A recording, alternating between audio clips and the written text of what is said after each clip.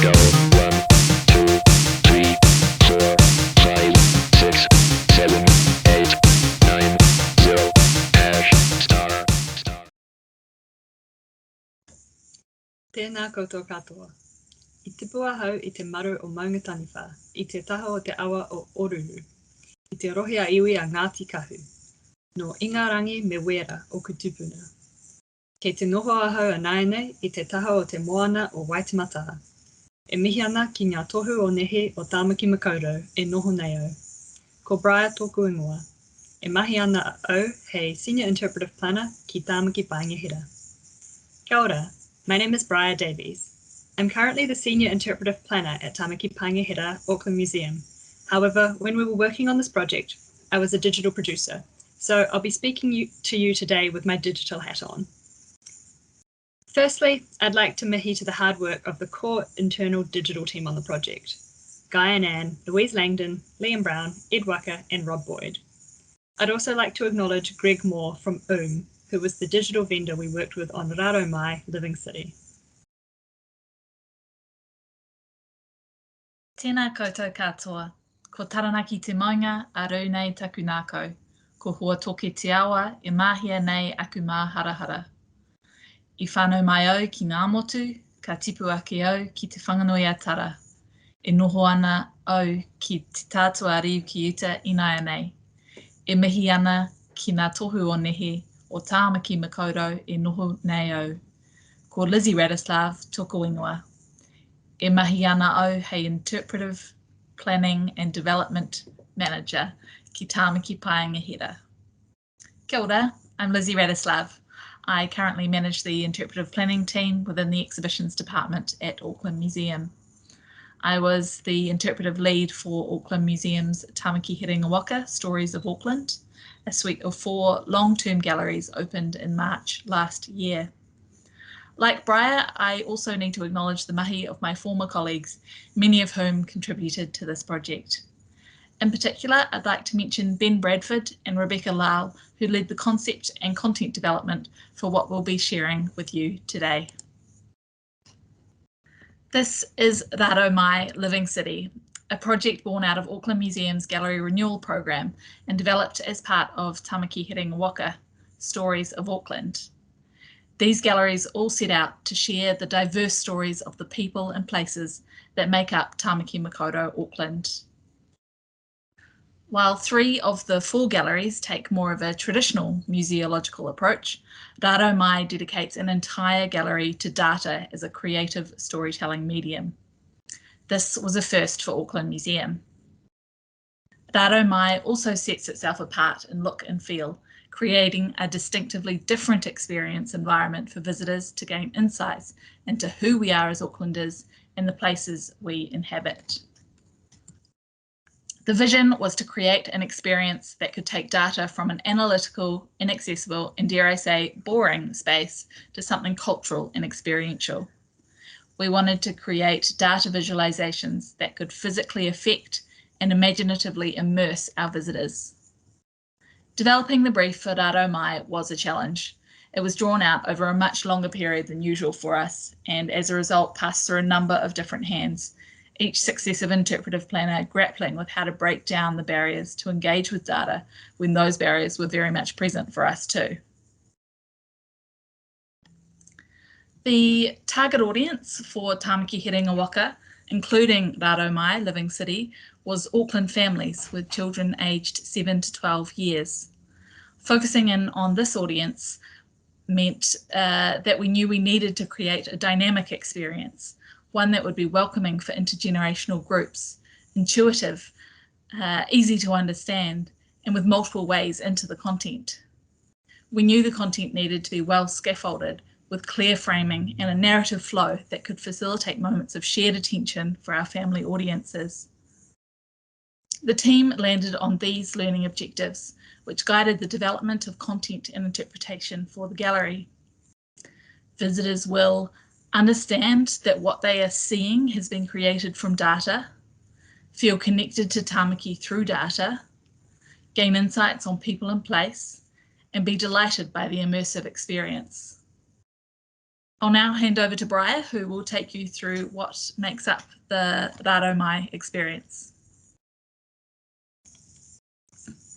Raro Mai Living City consists of large-scale floor and wall projections, a tower of 18 LED panels, a rich soundscape, and a 32-inch touchscreen where you can explore a map of Auckland to reveal more detail about some of the data stories showcased in the gallery. The data visualizations on the wall, floor, and LED panels run for an approximate duration of 15 minutes. This touchscreen content relates to the data visualization showcased in the gallery, but can be explored separately to the room experience. To pull off this complex digital undertaking, we knew that we'd need to partner with a digital vendor who had a strong record of large-scale experiences and data visualization. That's why the team chose to work with Greg Moore of a Melbourne-based company which specialises in data-driven digital projects. Working with an overseas-based vendor provided a few challenges during a pandemic, which I'll elaborate on later in the talk. For now, here's a short video to give you a feel for the experience if you haven't made it just yet.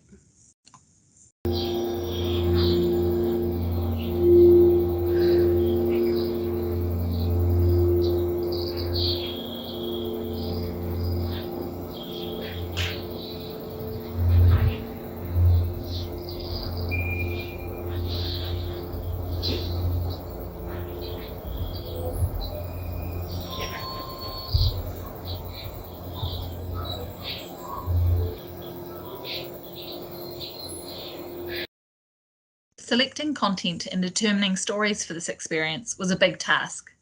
The team tackled it by first thinking about framing. Knowing that we wanted to connect visitors to Auckland through data, we landed on 3 simple themes: people, environments, and systems. Another decision made early on was to focus exclusively on a strengths-based approach. In practice, this meant that all data would be selected and presented in a way that was non-derogatory and focused on positive outcomes for society. And in line with the overarching intent of Tamaki Herenga Waka, datasets were chosen to show diversity and the unique characteristics of Auckland, with stories encompassing the past, the present, and looking toward the future. Given our team's limited experience of working with and interpreting datasets, we knew we would need some specialist support in this area. We reached out to Chris Mcdowell, geographer and multimedia data journalist. Chris's incredible book of data visualizations, We Are Here, an Atlas of Aotearoa, was published in 2019, around the time we were kicking off this project, and was a big inspiration for the team. Chris came on board as a data consultant to help us identify, select, and broker datasets, as well as providing invaluable support in shaping the interpretation and overall experience. To further guide the selection of datasets, some high-level principles were established to ensure we were working within ethical frameworks for both the handling and display of data. These were that data should be publicly available where possible, ensuring anonymity, that data should be rigorous, inclusive, transparent, and accessible, and similar to how the museum would publicly display any collection, the datasets were to be recorded, cited, and accessible on request. So with these guidelines and support in place, the team went about contacting potential data collaborators and organisations. With the datasets selected and sourced, the complex work of how to transform them into a creative storytelling medium began. I'll hand over to Briar, who will talk about the many months of collaborative work that followed. Once we've compiled a solid brief for a digital experience, it's really important to find a vendor who shares our vision and can work closely with our team to explore the most engaging method of delivery. As I mentioned earlier, the vendor we selected, is Melbourne-based, but they were planning to make trips over throughout the project for testing, installation, and refinements. However, with the borders closing shortly after we kicked off the project, the team had to get creative with our collaboration. During install and testing, we set up a tripod and camera, which provided a live stream of the digital room components to our vendor and to our digital team. This, alongside remote access onto the on-site computers, enabled the team to create an impactful and tangible experience, which the vendor is yet to be able to come over and see in person. The live stream also was an incredibly useful way to track down digital team members who had retreated to the relative dark of the living city room to get work done in peace. Another key contributor to the digital success of this project was the Refinement and Testing, which was led by Cara Woodward for the Visitor Market Research team. From very early stages, we were testing both comprehension and enjoyment of the digital experience with visitors. The pace and sequencing of the content across the three elements was of particular importance to the overall visitor experience, as too much or too little information at any one time could easily become a barrier to maintaining visitor engagement. Testing this before and just after launch was vital. We also had the benefit of our VMR team conducting a full summative evaluation of Raro Mai. This enabled us to assess its reception with visitors, see how the team had done in delivering on the learning objectives for this experience, and most importantly, draw out any learnings for future projects. Overall, the learning objectives were achieved and visitors understood the content was created from data, gained insights on people and place, were delighted by the immersive experience, and this enabled them to feel connected to Auckland. Where we could have done better was tailoring the content and interpretation to meet the needs of our target audience, that is, Auckland families with children aged 7 to 12 years. Children at the lower end of the age range, and also much younger than that as well, loved the immersive nature of the experience, the sound, colour, pattern and movement. But their ability to make insights about people and place relied heavily upon the adult caregivers, making the stories relevant and interesting to them. Without this help, children in this age group tended to disengage with the gallery content. We know that caregivers don't want to have to work too hard at this themselves, so the key learning here was to be more mindful to develop content that resonates for the children in the target age group. This age group immediately gravitates to the touchscreen in the room, so there was a missed opportunity to create something more for them there. Adult visitors and children over the age of 10 understood that the content in the gallery was created from data. It was the visual cues in the interpretation, such as the inclusion of data keys, percentage and interpretive text statements, that meant that they were able to use this to decode the graphics. In this way, the data visualizations were pitched at a level of complexity that was beyond those younger audiences. The use of a lot of geospatial data was also an effective way to help visitors connect and see themselves in the data. However, the inclusion of familiar place names and landmarks were critical in helping visitors locate themselves on a map. As for the themes and the range of data stories within each, it is perhaps no surprise that the people theme proved most engaging for visitors. This theme included stories on population and age, population density, growth, place of origin, and work and leisure locations. The population diversity story, which is the one shown here, was particularly enjoyed by visitors, not only because they found the visualization beautiful, but because they could find themselves in the content. They enjoyed learning about the diversity of people in their suburb and comparing this with other suburbs in Tamaki. Similarly, the two transport-related stories from the systems theme also resonated well with visitors. They were personally relevant to them and their experience of everyday life in Auckland. The environment stories, which focused on climate change, ecological areas, wildlife sightings, were highly visually appealing, but overall less engaging for visitors. This may have been because they were either already well known and did not present something new to them, for example, about climate change or rising temperature, or perhaps because they had to work harder to find that personal human connection. As we always do at the end of a project, we reflected as a team on what went well and what we might do differently next time. Something that we noticed straight away and have since fixed up is that the pacing wasn't quite right once the visitors got in there.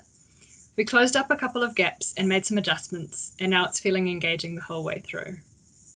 There was also a general sense that the touchscreen element didn't quite reach the level of personalisation and interactivity that we imagined it might do to deeply engage visitors in a fun and surprising way. With more time and budget, we would have liked to explore integrating the ability for visitors to search for information on their home suburb, which could have allowed for a deeper connection with the content. Another challenge was finding appropriate space within the museum to test the content at full scale. Whilst the galleries were under construction, we were unable to run tests within those spaces. Though we managed to find some space in which to do the tests, we weren't able to set them up in the same spatial arrangement, so the testing wasn't quite as effective as it might have been. The vendor also lacked that space to replicate the gallery, which made refining the experience a little harder. In reflecting on what went well, there is a lot to be excited about. Visitors of all ages are wowed by the immersive experience. They were captivated by the large scale and aesthetically beautiful graphic visualizations and enjoyed watching the dynamic sequence of content across multiple elements in the gallery. The soundscape enhanced the overall sensory experience to create a deeper sense of immersion in the data stories. It was most effective when it changed significantly to match new data stories. In addition, the floor projection was and continues to be loved and interacted with by young tamariki more than we could have ever imagined. As the data is updatable, one of our future challenges will be to renew the data and continue engaging our visitors with relevant and impactful information at this large and immersive scale. If you want to chat to us further about this project or to know more about how we created it, please feel free to get in touch. And finally, I just wanted to acknowledge once again all of the people who put so many hours into creating this special experience for our visitors. Kia ora, Briar. Thank you so much for that talk, and to Lizzie as well, although Lizzie can't join us for the Q&A, but we've got you, so that's wonderful. I'd just like to ask a few questions that came to mind as I was listening and watching your talk. So if I understand correctly, it's a permanent exhibition? Yes, well, at the moment it's 10 years is what we're saying, but yes, it is a permanent exhibition. Awesome. I wondered about the static data, and you talked about in the presentation that you'll be at some point thinking about how you'll then rejuvenate that to update it so it's current. And I wondered if you'd considered having it driven by APIs so that it could be more current and also encourage that repeat visitation if visitors knew that it would be different the next time they came. That's definitely something that the team had a good think about and look into. For us, using trusted sources was really important, and it was really important that the data was really robust. And actually not all of the data that we used would actually benefit from that continual updating either. A lot of it's census data that's only collected every 5 years.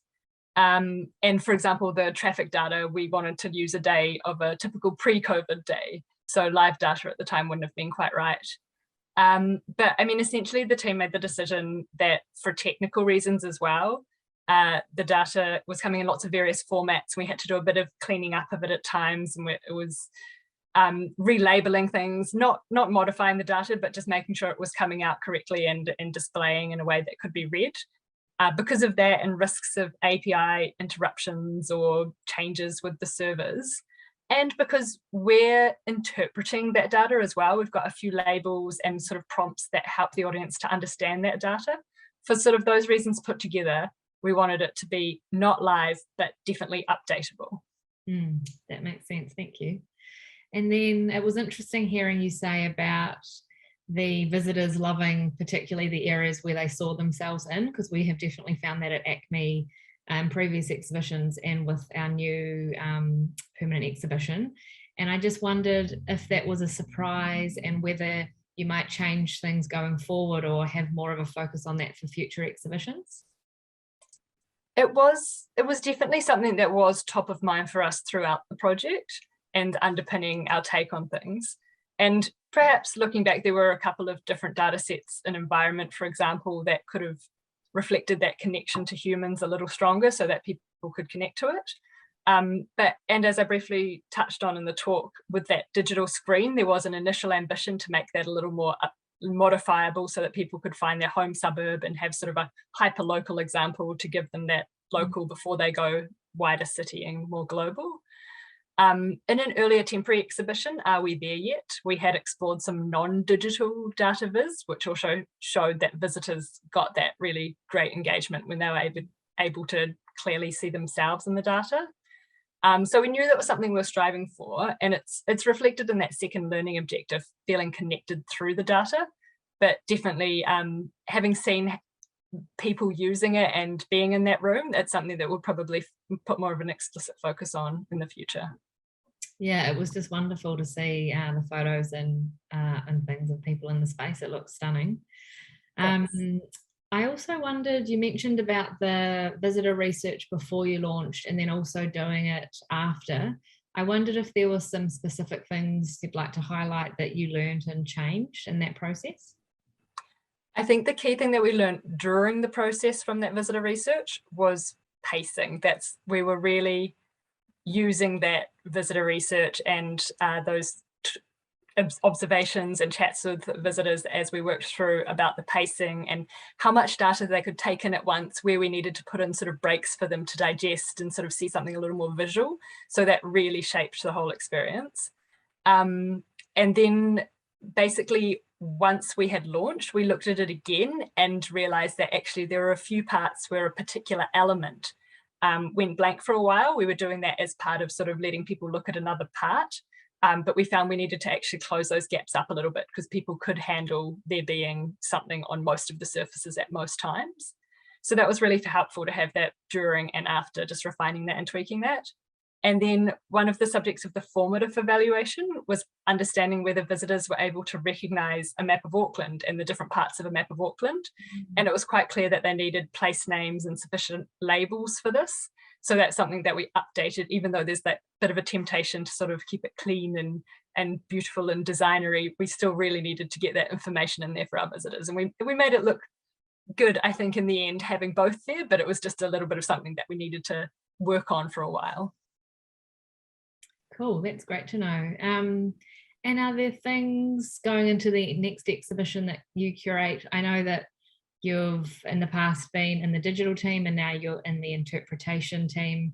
Are there different things that you now consider in interpretation that you've sort of brought from your digital role? I think one really powerful thing that we've proved to ourselves and to our team and to our audiences is that data can be experiential and immersive. And I think next time we might want to push it even further and fill up more of that physical space with immersive projections. And also that the fact that the visitors weren't engaging as much with those natural environment themes sort of honed home for us that you really need to remind people of the connection to nature before getting them into those nature stories sometimes, so that they can feel that full circle connection. Also prioritizing space for testing for things like this is something that we really found important, because you've got it's such a spatial experience that it's important to test that immersion and the sequencing and the pacing at full scale. And then again, there were some challenges involved with working with an international vendor, especially at COVID times. So just considering the best ways of working and making sure that it's a really smooth process continuing going forward. I remember because we were working with Greg from for our data viz as well. And I remember him sort of being like, I can't get there and all of that. So yeah, it's tricky. Yeah. Well, I think it was a difficult time, but I'm happy with the end product. So that's good. That's beautiful. Congratulations. Thanks so much, Briar. Kia ora. Kia ora, Lucy. Thank you.